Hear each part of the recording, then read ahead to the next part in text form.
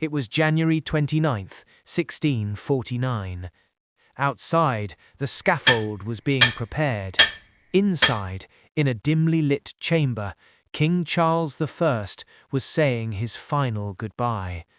But in those final moments, he wasn't just saying farewell. He was launching a secret, desperate plot to save the future of the crown. Parliament had granted him one last mercy, a few precious moments with his 13-year-old daughter, Princess Elizabeth, and his 9-year-old son, Prince Henry. When Elizabeth entered, she didn't just cry, she shattered. "My sweetheart, you must not grieve and torment yourself for me. I die a glorious death, for it is for the laws and liberties of this land, and for maintaining the true Protestant religion." He pressed two treasures into her hands, a Bible to keep the faith he was dying for, and a miniature portrait of himself. Both were tokens of love, and both were pieces of evidence. He needed her to be his witness, his messenger. He leaned in, desperate to send a message across the sea to his exiled wife. He looked only at Elizabeth, ignoring the guards, ignoring the time. "Tell your mother that my thoughts had never strayed from her, and that my love shall be the same to the last." Charles paused, then turned to his final, most difficult commandment, the instruction that would save their souls, but define their political caution. "I have forgiven all my enemies, and I hope God will forgive them also. I command you all to forgive those people, but never trust them." Elizabeth was sobbing so hard the king feared his words were being lost in her tears. He asked her urgently if she would be able to remember all he had said. Through the agony, she looked up, her eyes clear with resolve. "I shall never forget it whilst I live," she vowed. She promised to write it all down. The guards signalled it was time.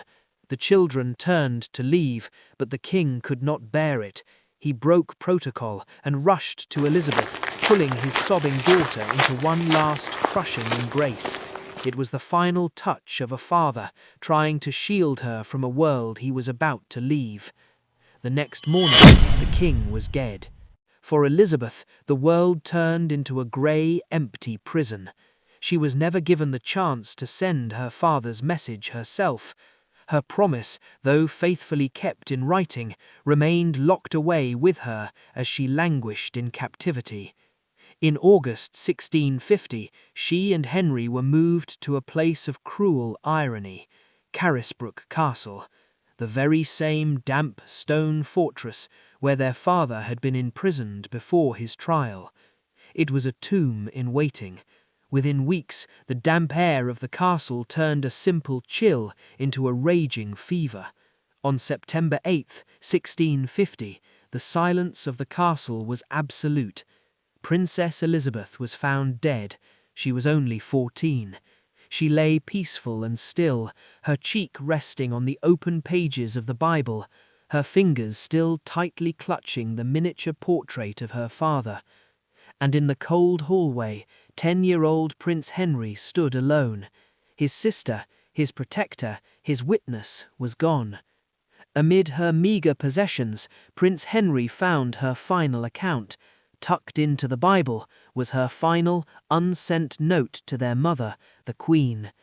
The tragedy of Princess Elizabeth was sealed, but her final act of love ensured her father's last words survived, carried by her brother to haunt the English crown. Which of King Charles I's final instructions do you think proved to be the most tragic? The command to forgive or the command to never trust? Share your thoughts below.